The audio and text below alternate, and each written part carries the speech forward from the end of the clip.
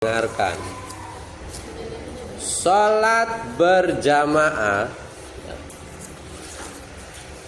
ketika dua orang sholat bersama-sama, kemudian satu jadi imam di depan. Yang di depan namanya Pak? Imam. Yang di belakang yang mengikuti namanya makmum. Nah, jadi minimal sholat berjamaah itu berapa? 2 orang. Berapa orang? 2 orang. Semakin banyak jamaahnya, maka semakin bagus. Buat siapa? Bukan hanya buat imam, tapi keberkahan itu buat seluruh jamaah sholat yang mengikuti jamaah. Kan dijelaskan bahwa sholat berjamaah itu lebih baik. Berapa? 27 derajat tingkatnya daripada sholat munfarid sendirian. Jadi kalau kamu nih sholat bersama-sama misalkan di sekolahan atau di tempat yang lain, ketika ada temannya itu jangan sendiri sholat berjamaah, sayang, rugi. Harusnya dapat 27 derajat, cuma dapatnya 1. Dan jarak di antara derajat-derajat itu kalau ibadah itu 500 tahun. 1 ke 2 itu jaraknya berapa? 500 tahun. Harusnya dapat 27, cuma dapatnya 1. Rugi nggak? Rugi. Kemudian hukumnya, kadangkala kita selalu menjadikan hukum itu sebagai alasan. Misalkan, nggak apa-apa nggak sholat Idul Fitri itu. Sholat Idul Fitri kan sunnah. Nggak apa-apa nggak sholat Idul Adha. Itu kan hukumnya sunnah.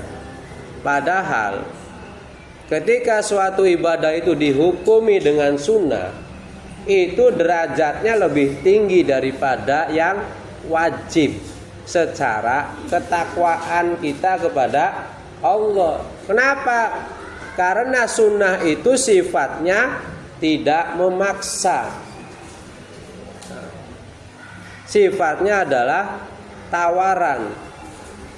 Sok gelem li, bakal beli gelem ya wis. Bakal gelem dipai bonus. Jadi tidak ada paksaan. Kenapa tingkatannya lebih tinggi? Karena dia datang sendiri tanpa paksaan, tanpa ancaman, tanpa label kewajiban. Sok silakan mangga yang mau datang, nanti saya kasih bonus kata Allah. Maka sunnah itu menunjukkan ketakwaan kita ini kepada Allah seberapa besar. Ditawari sama Allah, mau atau tidak. Ketika mau berarti kita ikhlas tanpa ada paksaan. Lain kalau sholat wajib. Mau tidak mau kamu harus mau. Maksa, Allah pun maksa. Sholat yang 5 waktu itu Allah maksa. Bentuknya apa? Ancaman. Kalau enggak sholat dosa. Kalau enggak sholat dihukum di neraka 50.000 tahun. Gelem beli. Ya wong kang duwe iman, minimal iman, ketika diancam takut dosa, maka dia berangkat sholat. Minimalnya iman itu apa? Pengen masuk surga dan takut masuk neraka. Itu minimalnya iman tuh. Imannya kita tuh kayak gitu. Sholat apa? Wah dosa kowe beli mancing surga, kowe mancing neraka disiksa. Tuh, enggak apa-apa. Memang tingkatan iman kita baru sebatas itu. Syukur-syukur bisa ditingkatkan. Lain halnya dengan imannya para wali, para nabi, para ulama lain. Mereka tingkatannya lebih tinggi. Kita sih alhamdulillah masih diberikan rasa takut dosa dan pengen masuk surga. Jadi gelem sholat. Jare Nabi diancam maning kang beli gelem sholat, kang meninggalkan sholat itu dengan sengaja apa? Man taraka sholata faqad kafara jiharo. Barang siapa yang meninggalkan sholat dengan sengaja, maka ia kafir dengan terang-terangan. Jare Nabi kang beli gelem sholat wajib 5 waktu iku selevel karo wong kafir. Karena bedanya orang beriman dan orang kafir itu cuma satu, yaitu sholat. Wong kafir ana adan ya meneng bae ongko-ongko. Kita wong Islam kang ngaku agama Islam bakal ana azan santai-santai bae ya, beli gagian mangkat ya apa bedae karo wong kafir ya. Napa beli sholat? Nah santai bae tenang ya. Kalau wadon napa beli sholat? Wah saya lagi halangan, ana alasan ya. Kita pengen maksa ya beli bisa, masa maksa ya, sholat kalau orang yang sedang haid kan memang tidak boleh melaksanakan sholat. Sholat itu hukumnya jadi haram ya, bukan wajib kalau lagi halangan.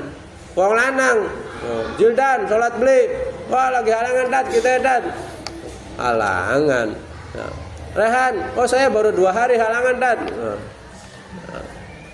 biasanya 7 hari ya beli bisa. Wong lanang beli bisa alasan halangan. Napa yang langkah halangan nih ya. Halangan haid nifas ini spesial buat perempuan. Perempuan itu makhluk spesial ya. Semuanya yang ada di dunia ya, hampir ya, semuanya ini ya, apa sebagian besar melibatkan kata perempuan dalam setiap segi kehidupan. Ibu jari ya. Langka bapak endi bapak jari langka. Ini negara ibu kota langka bapak kota ya. Anda beli bapak kota langka ya. Ning Al-Quran ya, surat An-Nisa nah, langka ar-rijal. An-Nisa ku artinya perempuan, rijal artinya lanang. Anda beli laka. Kenapa perempuan itu selalu dilindungi sama Allah dengan harus berpakaian yang rapi, yang tertutup? Kenapa? Karena perempuan adalah makhluk istimewa yang dijaga oleh Allah. Diberikan kepercayaan oleh Allah sebagai apa? Penentu generasi berikutnya. Baik atau buruknya suatu generasi tergantung kualitas ibunya. Ibunya beli bisa ngaji, ibunya beli ngerti pelanga plongo ya. Pengen jadi apa anaknya ya, jadi guru pertama itu bagi anak tuh seharusnya siapa? Ibunya. Karena setiap hari dari mulai lahir itu sama ibunya, nggak mungkin bapak nyusui belum mungkin ya. Karo ibu malam-malam ngompol ya, ibad ngompol bengi-bengi tang-tangi ibu ya, lagi bayi duduk sekian masa sekian jaluk anter ya. Lagi bayi inget beli ya. Nangis bae ya. Lagi bayi nangis bae ya nangis durung bisa ngomong soalnya. Kalau bisa ngomong ya nggak nangis ya. Pengen kencing bilang ma mau kencing, yang durung bisa ngomong ya nangis. Andalannya nangis, bahasanya nangis. Rehan kembong pengen mangan ya nangis ya. Duduk ma mangan ya. Tai cilik ku andalannya bahasanya itu apa? Nangis. Memberikan segala sesuatunya isyaratnya dengan nangis ya. Nggak ada ya. Kemudian karo ketawa ya. Aneh ya. Kalau bayi tiba-tiba tertawa malam-malam, waduh. serem ya. Ih, anaknya kita napa? Ketemu ketawa dewek kan. Ya, suka lihat nggak kalau punya adik bayi malam-malam suka senyum-senyum bangun ya. Itu lagi ngobrol karo bature, lagi ngobrol karo malaikat. Kalau bayi itu jatuh dari kasur ya, dulu kan pakainya kasur nih tinggi ya, itu jatuh tuh biasanya nggak apa-apa. Nah, kenapa? Karena ada yang nolongin ya, bakal segede kamu jatuh ya gebluk wis lara ya, nah kasih nolongin ya, malaikat boleh ngejagai maning ya, segede jildan malaikatnya kabutan kayak ya, tiba sing kasur ya. Ya, ya. Zal ngompol ya beli deh tolong ini ibu ya, masa wis gede paling disewoti jemur kasur dewek mana ya, gede ngompol ya. Tapi lagi bayi ibunya biarpun ngantuk-ngantuk bangun. Kenapa ya, ditimang-timang ya, timang-timang ya. Oh, karo nyanyi ya, hari kang modern karo nyanyi ya, beli papa nyanyi solawatan, nyanyi kang santai-santai aja, nyanyi mujair mundur ya. Ya, kok nyanyi barongsai maning ya. Zaman sekarang ibunya doyan TikTok kok, anak TikTok joget TikTok Pak ya. Ya anak sekarang kayak gitu diajarinya TikTok pagi-pagi wis megang HP ya, adus bedurung, belek masih jendol ngadangi mata ya. Yang dicari apa? HP ya. Baca bedurung bisa, tapi hari HP bisa ya enggak? Abahe bisa baca ya, wis ngerti beli bisa dolanan HP ya, kalah sama cucunya. Cucunya belum sekolah TK acan dolanan HP pinter. Abahe beli bisa priben sih ki priben ki ari pen WA priben nah, beli bisa nah, coba diwekan nah, nih khairon wah pinter nah, aneh kan zamannya sudah berbeda. Kembali ya. Jadi hukumnya sholat berjamaah itu sunnah muakkad, sunnah yang istimewa, sunnah yang diutamakan. Jadi hampir meningkat atau setingkat dengan wajib.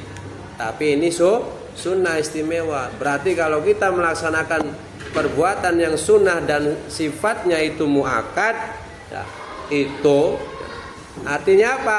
Selalu dikerjakan oleh Nabi. Sholatnya yang 5 waktu itu Nabi selalu berjamaah. Muakkad ada ghairu muakkad. Kalau ghairu kadang-kadang ditinggalkan sama Nabi ya. Makanya nanti dalam bab sholat rawatib, sholat yang mengiringi sholat fardu itu ada yang muakkad dan ghairu muakkad. Nah ini yang sunnah muakkad ini sholat berjamaah hukumnya ya. Laki-laki di mana? Di masjid. Perempuan bagusnya berjamaah di rumah. Boleh di masjid? Boleh. Kalau jarak masjidnya tidak jauh. Nah. Boleh ke masjid? Boleh. Tapi berpakaiannya yang rapi, nggak usah pakai wangi-wangian. Ya, nggak usah dandan kalau mau sholat. Ya. Pakai minyak wangi aja tidak diperkenankan. Nah. Jadi perempuan tetap menjaga kehormatannya ya, menghindari fitnah. Maka pergi ke masjid itu jaraknya yang dekat. Sholat berjamaah maka diperbolehkan. Boleh hukumnya, bukan sunnah. Boleh. Boleh tuh kalau bahasa fikihnya mubah, ya, mubah atau boleh. Ya, lain, ya. Diingatkan lagi nih, hukum dalam fikih itu ada apa? Wajib, dikerjakan dapat pahala, ditinggalkan dosa. Sunnah, dikerjakan dapat pahala, ditinggalkan tidak berdosa. Terus makruh, ditinggalkan dapat pahala, ya, dikerjakan tidak apa-apa. Nah. Kemudian mubah, boleh dikerjakan, boleh ditinggalkan. Yang terakhir haram, dikerjakan dapat apa? Dosa, ditinggalkan dapat pahala. Oh. Apa misalkan mencuri, tinggalkan oleh pahala. Nah. Mabok, bature ngajak mabok, tinggal nang. Nah. Bature ngajak bolos, aja meluan. Aja ngajak bolos, kok dibayari jajannya ning kita? Ya oke, nah, berangkat. Nah. Ada enggak perempuan ada yang dengan bolos? Enggak ada. Alhamdulillah. Ya. Laki-laki anak sing wani bolos? Beli. Bolos di rumah ya aku situ tuh bolos sarane di rumah mah. Ari wong bolos ku sing omahe mangkat. Tapi beli tekaning sekolahan belok. Ya, sekolah SMP 14, beloknya Pasar Kanoman. Nah. Ya enggak? Sekian ki kakek sing bolos ngaji biasa kecantol ning sekuan, ya. Kang omahe daerah mana kayak Cangkol, Kusunean, Paguyuban, mangkat ngaji naik sepeda, beli teka-teka menek, nyantol lagi naik korsel. Nyantol lagi jalan-jalan keliling ning sepuan, nah, ning pasar malam. Nah, hati-hati, akeh godaan kok ya, kamu main daerah mana? Ya, aja sampai ke BP ya, main mana aku yang kok lewat-lewat aja nyantolnya ombak banyu, ya. Kalau mau main pulang ngaji, pulang dulu ke rumah minta izin, jangan pulang ngaji langsung main. Nanti orang tuanya dikiranya ngajinya belum pulang. Di sini wis bubar kabeh, beli wuru bocah beli teka-teka ning omah, ternyata nyangkol ning ombak banyu. Ya. Wah itu anaknya kita lagi gelantungan, lagi kerja ning ombak banyu ternyata. Ya. Duduk naik ombak banyu, kerja ning ombak banyu. Ya. Dari tiba gelantungan wah bahaya. Ya. Siapa yang senang naik ombak banyu? Hah? Yildan wonge tongklang menceleng beli papa, ya. Kang naik kezal ke dermudune kan gua anda. Ya. Nah, yang ombak banyu kan pakai tangga dulu biasanya, ya. Wah, naik kora-kora, belum nyantol yang tanduran. Ya. Ya. Ketinggalan. Ji, kurang siji mau bature kita nanti kene. Lah, nanti dhuwur, tinggalan. Ya. Hati-hati aja meleng, ya. Tuh godaan mau ngaji. Ya. Jadi perempuan bagusnya di rumah, laki-laki bagusnya di mana? Di masjid. Ya.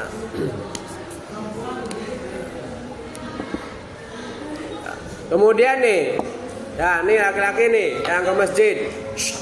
Ya jelenden beke mana mandepet. Nah. Nih laki-laki tadi dikatakan semakin banyak yang berjamaah maka semakin baik. Kemudian yang kedua, ketika kita berangkat ke masjid, ya, kemudian kita itu tidak sempurna, artinya datang ke masjid kemudian sholatnya sudah mulai, kita tetap dapat pahala 27 derajat. Meskipun ketika datang sholatnya itu sudah rakaat yang terakhir, imamnya sudah duduk, kemudian lagi baca tahiyat akhir, tetap kita dapat pahala berjamaah. Meskipun nanti pas kita mulai sholat, imamnya assalamualaikum, assalamualaikum, tetap dapat pahala berjamaah karena kita sudah punya niat dari rumah berangkat. Tapi tidak boleh dilambat-lambatin. Nah, tidak boleh sengaja dilambatin. Tenang jari Ustadz, kita ketinggalan kita tetap oleh pahala. Nah kayak gitu hukumnya beda lagi. Ya itu sengaja. Nah, kok manjingnya apa? Fawailul lil musallin, maka celakalah bagi orang-orang yang sholat, allazina hum an sholatihim sahun, yaitu orang-orang yang lalai di dalam sholatnya, nggak ada kegiatan apa-apa, kamu melambat-lambatkan sholat, kecuali makan, ya nasinya sudah kasih sayur, sudah kasih sambal, ikan ayam, ya, deng-deng, waduh, ya, makan besar. Ya. Sudah di piring, kamu baru makan 1 sendok, azan, Allahu Akbar, Allahu Akbar, ya. Mangkat, ada dolanan botol dikit, mangkat, ya, sholat berjamaah, ya. Terus ke maning, masa lagi ngaji ngumpuli berong sok, tara. Muka coba kayak beli pay jajan bae ning bapak. Ya. Jadi kalau makan baru 1 sendok tapi nasi sudah di piring, sudah dikasih sayur, ikan ayam, deng-deng, sambal terasi, ya, jengkol aja jengkol boleh. Ya. Bau kok enak kang mangane, beli enak kang ning WC.